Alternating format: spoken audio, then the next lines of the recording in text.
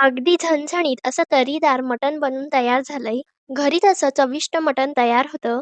फार काही वाटण-घाटण न करता, जास्त मसाले न वापरता आपण अगदी साध्या व सोप्या पद्धतीने मटण रस्सा तयार केलेला आहे. चला तर मग रेसिपीला सुरुवात करूया.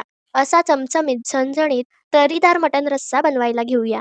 तर मटण रस्सा बनवण्यासाठी इथे मी 1 किलो मटण स्वच्छ धुवून घेतलंय. आता हे मटण आपण मॅरिनेट करणार आहोत. त्यासाठी सर्वात आधी आपण यामध्ये काही मसाले घालूया. सर्वात आधी यामध्ये चवीनुसार मीठ घालूया. 1 चमचाभर मीठ इथे मी घातलंय. त्यानंतर 1 चमचाभर हळद घालूया. आता यामध्ये घरगुती लाल तिखट घालूया. तर इथे मी 2 चमचे घरगुती लाल तिखट घातलंय. तुम्हाला किती तिखट आवडतं त्यानुसार तुम्ही लाल तिखटचं प्रमाण कमी जास्त करू शकता. जर तुम्ही हिरव्या वाटणामध्ये मिरची वापरणार असाल तर लाल तिखट योग्य प्रमाणात घाला. त्यानंतर आपल्या मटण रश्श्याला छान रंग येण्यासाठी इथे मी अर्धा चमचा काश्मीरी मिरची पूड घातलीये. आता यामध्ये 1 चमचाभर धनेपूड घालूया. त्यानंतर 1 चमचा जिरेपूड. सध्या तरी आपल्याला एवढेच मसाले लागणार आहेत. आता हे सर्व मसाले आपण मटणाला व्यवस्थित लावून घेऊयात. अशा पद्धतीने इथे हे मी व्यवस्थित मिक्स करून घेतलंय. सर्व मसाले मटणाला व्यवस्थित लावून घेतले. आता हे मटण आपण अर्धा तासभर तरी मॅरिनेट करून घेऊया. तुमच्याकडे वेळ कमी असेल तर जवळपास 15 मिनिट तरी तुम्ही हे मटण मॅरिनेट करून घ्या. तर इथे अर्धा तास झालेला आहे. त्यानंतर इथे मी पातेलं गरम करत ठेवलंय. यामध्ये 3 पळी तेल घालूया. तेल व्यवस्थित गरम होऊ द्या. तेल गरम झाल्यानंतर यामध्ये अर्धा चमचा जिरं घालूया. तर मटण मॅरिनेट करताना आपण 1 चमचा जिरेपूड घातलीये. त्यामुळे तेलावर फक्त आपण अर्धा चमचा जिरं घातलंय. जिरं तडतडल्यानंतर आपण यामध्ये काही खडे मसाले घालणार आहोत. सर्वात आधी यामध्ये आपण 2 तमालपत्र घालूया. त्यानंतर 1 इंच दालचिनीचा तुकडा घालूया. त्यानंतर इथे मी 3 हिरव्या वेलच्या घेतल्या आहेत. हिरवी वेलची आपण तेलामध्ये घालूया. आता हे खडे मसाले आपण तेलावर व्यवस्थित परतून घेऊयात.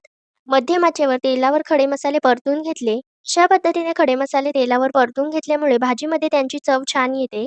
त्यानंतर इथे मी 2 मध्यम आकाराचे कांदे असे बारीक चिरून घेतलेत. बारीक चिरलेला कांदा आपण तेलामध्ये घालूया. तर हा कांदा आपण 2 मिनिटभर परतून घेऊयात. 2 मिनिटभर कांदा परतून झाला. आता यामध्ये 1 मोठा चमचा आलं लसणाची पेस्ट घालूयात. तर इथे मी आलं लसूण ठेचून घातलंय. तुम्ही याऐवजी आलं लसणाची पेस्ट सुद्धा वापरू शकता. तर इथे मी आलं लसूण ठेचून घातलं. यामध्ये 7 ते 8 लसणाच्या पाकळ्या व 1 इंच आलं वापरलेलं. ताजी आलं लसूण पेस्ट वापरली तर भाजीमध्ये त्याची चव चांगली येते. आलं लसूण पेस्ट आपण 1 मिनिटभर परतून घेऊयात.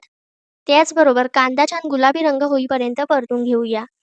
त्यानंतर इथे मी 1 टोमॅटो अगदी बारीक चिरून घेतलाय. बारीक चिरलेला टोमॅटो तेलामध्ये घालूया. आता टोमॅटोचं पाणी होईपर्यंत हे परतून घेऊयात.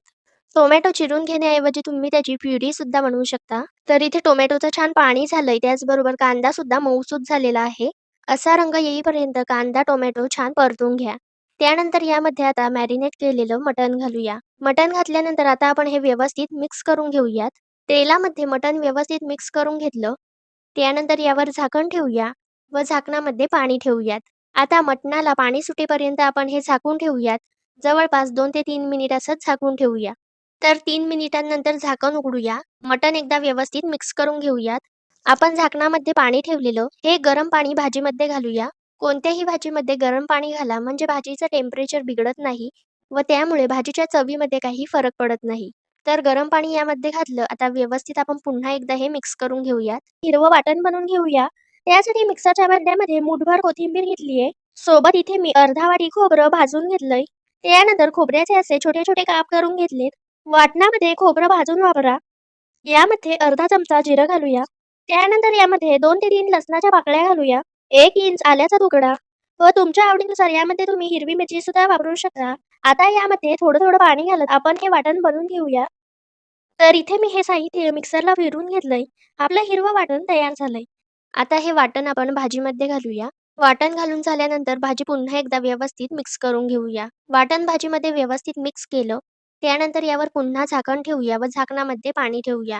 झाकणामध्ये आपण पाणी ठेवलं कारण जर आपल्याला गरज पडली तर हे पाणी आपण भाजीमध्ये घालू शकतो. आता हे मटण आपण 30 ते 35 मिनिट व्यवस्थित शिजवून घेणार आहोत. जर तुम्ही हे मटण कुकरला शिजवणार असाल तर कुकरच्या 4 शिट्ट्या घ्या.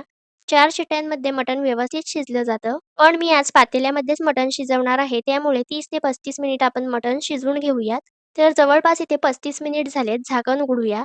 मध्यम आचेवर इथे आपण मटण शिजवून घेतलंय. मटण व्यवस्थित शिजलेलं आहे. अगदी छान तर्रीदार मटण तयार झालंय. त्यानंतर यावर 1 चमचाभर मटण मसाला घालूया. आता मटण मसाला रश्श्यामध्ये व्यवस्थित मिक्स करून घेऊयात. तुम्ही यावर बारीक चिरलेली कोथिंबीर सुद्धा घालू शकता. अशा पद्धतीने आपलं झणझणीत मटण तयार झालंय. तर रेसिपी कशी वाटली ते कमेंट्समध्ये नक्की सांगा. व रेसिपी आवडली असेल तर व्हिडिओला लाईक करायला विसरू नका. त्याचबरोबर अशा नवनवीन रेसिपीज पाहण्यासाठी आपल्या चॅनलला सबस्क्राईब करा.